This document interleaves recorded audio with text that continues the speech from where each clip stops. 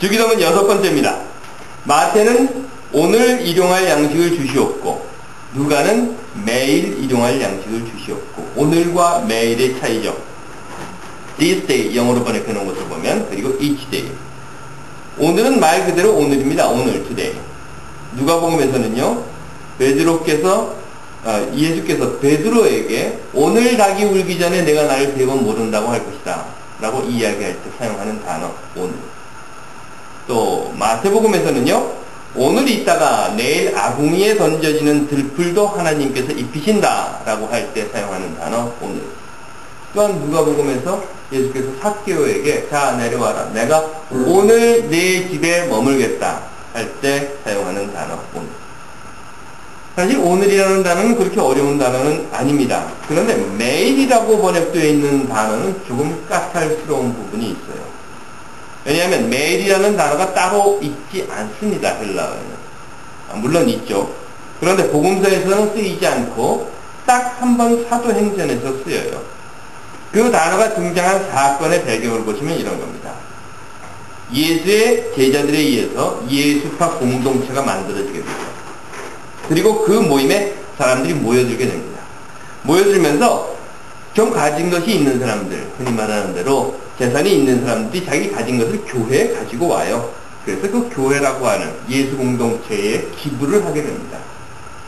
그랬을 때 그곳에 살고 있었던 사람들이 그 기부한 물건들을 가지고 가난한 사람들에게 나누어 주게 되는데, 사람 사는 곳이 다 똑같은지라 한국 사람들도 그러죠. 경상도, 전라도 나누고, 충청도, 강원도 나누고.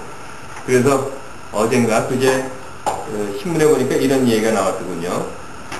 전 대한통운 사장, 곽영욱인가요? 한 전 총리 어떻게 하면 엮을까 하고 있는 사람들.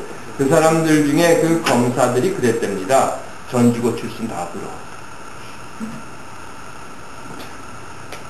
어쨌든 간에 그런 것처럼 예수 공동체 안에서도 네 편이 갈라지게 돼요. 그런데 그 대표적인 편은 무엇이었는가 하면 헬라파와 히브리파입니다. 그래서 헬라파 유대인들, 히브리파 유대인들로 가르게 되죠. 그 틈에서 수적으로 좀 많았던 것이 아무래도 히브리파 유대인이었던 것 같아요. 그리고 또 예수께서 예수의 첫 번째 부름을 받았던 제자들이 거의 히브리파 쪽에 있었으니까 그 히브리파 유대인들끼리 자기들만이 구제품을 이렇게 슬쩍슬쩍 가져다가 자기와 가까운 사람들, 히브리파 사람들에게 나눠주기 시작했다는 겁니다. 그러다 보니까 당연히 헬라파 유대인 과부들에게는 구제품이 전달되지 않았죠. 그 사건을 기술한 문구에 이렇게 나와 있습니다. 헬라파 유대인들이 자기의 과부들이 매일의 구제에 빠짐으로 히브리파 사람들을 원망했다 라고 하는 문구인데, 그 성경 구절에 나오는 바로 그 단어가 매일이라고 하는 단어입니다. 왜 이 사람들은 그러면 매일 구제에 빠지는 우리 헬라파 과부들을 위해서 컴플레인을 했을까? 한번 생각해 보세요. 왜 그랬을까? 매일이라고 하는 단어입니다. 그 말은 어제도 빠졌고 오늘도 빠졌고 그리고 내일도 빠질 것이기 때문에, 그래서 그 사람들은 컴플레인을 하게 됩니다.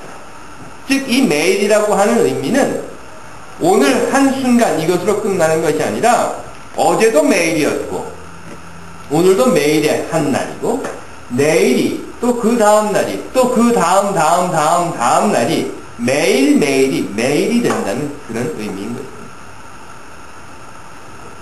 하지만 이 외에 매일이라고 하는 한국말로 번역되어 있는 단어는요, 정확히 말하자면 지금 제가 여러분들께 읽어드린 사도행전에 나오는 매일이라고 하는 단어와는 조금 다른 의미, 그래서 날에 따라, 날마다 라는 의미를 가지고 있는 헬라의 단어입니다. 오늘은 지금이죠. 오늘은 지금입니다. 그리고 내일은 오늘이 아니죠. 어제는 또한 오늘이 아니었죠. 그러면 내일이 되면 내일이 오늘입니다. 헷갈리나요? 그러나 내일이 오지 않으면 우리에게 있어서 오늘은 오늘로 끝나버리는 것입니다. 종말론이라는 것이 있습니다. 마지막 때에 대한 이야기예요. 제가 종말론 이런 말을 꺼내면 이게 무슨 불심판, 불구덩이 이런 이야기가 아닐까. 그래서 미리 염려하시는 분 혹 계시면요, 그런 이야기는 아닙니다. 걱정하지 마십시오. 종말론이라고 하는 것은 하긴 결국은 그 이야기죠. 마지막 때에 대한 이야기니까. 세상의 끝이 되면이라고 하는 이야기이긴 하지만 분명히 여러분께 말씀드릴 수 있는 것은 흔히 한국 기독교가 말하는 예수가 재림하면 누구는 구원받아 천당 가고 누구는 징벌받아 지옥 가고 불구덩이에 가고 천당에 가면 이렇게 살고 지옥에 가면 차 잡아 뽑고 뭐 이런 이야기가 성서가 말하고 있는 종말론은 결코 아니라는 것입니다. 세상의 때, 세상의 마지막 때, 세상의 끝에 대한 이야기입니다. 종말론 한번 볼까요? 구약 성서에서도 종말론이 있었고 예수 그리스도를 통해서 신약 성서에서도 종말론이 나타납니다. 하지만 분명한 것은 종말론적인 하나님 나라에 대해서는 그 나라가 온다라고 하는 말을 예수께서 하시지만 그 나라가 오면 어찌 된다 또는 그 나라는 이런 나라다 하는 것에 관해서 말한 사실은 없다는 것입니다. 물론 제가 이렇게 말씀을 드리면 무슨 소리냐, 예수께서 그런 말 한 적 있다 하고 성경의 여러 구절들을 이렇게 들이대며 오시는 분도 계실 겁니다. 봐라, 천국은 이렇다고 하고 지옥은 이렇다고 예수께서 말하고 있지 않느냐. 하지만 우리가 분명히 알아야 할 것은 사실 예수께서 말씀하신 천국과 지옥에 대한 이야기는 모두 비유라는 겁니다. 비유예요. 즉 이야기를 통해서 특별히 당대 그 사람들에게 아주 흔히 알려져 있던, 그 사람들이 쉽게 이해할 수 있었던 이야기를 통해서 그들에게 전해주는 가르침이라는 것입니다. 마치 요즘도 그러나요? 아이들이 울면 방구 치면 계속 울면 호랑이가 잡아간다 이러는 거. 그런 것과 같은 비유의 이야기입니다. 또한 예수께서 말씀하신 종말 사상이라는 것은 천국, 지옥 이런 이야기로 집중된 것이 아니라 하나님의 나라가 오면이라는 명제를 우선해서 종말론에 대한 이야기를 했던 것입니다. 그리고 그 대표적인 내용은 마태복음에만 등장하는 양과 염소를 가르는 마지막 심판 때의 이야기로 우리들에게 들려지고 있습니다. 여러분들 잘 아시는 이야기이겠지만 내용을 제가 다시 한번 말씀드리면 이런 내용이죠. 인자가 모든 천사와 더불어 영광에 둘러싸여서 올 때에, 자, 다시 이제 예수께서 이 땅에 오실 때에 영광스러운 보좌 옆에 딱 앉아서는 모든 사람들을 다 불러 모을 것이다. 온 민족, 모든 사람들을 다 자기 앞에 불러 모아놓고 목자가 양과 염소를 가르듯이 그 사람들을 둘러 가를 것이다.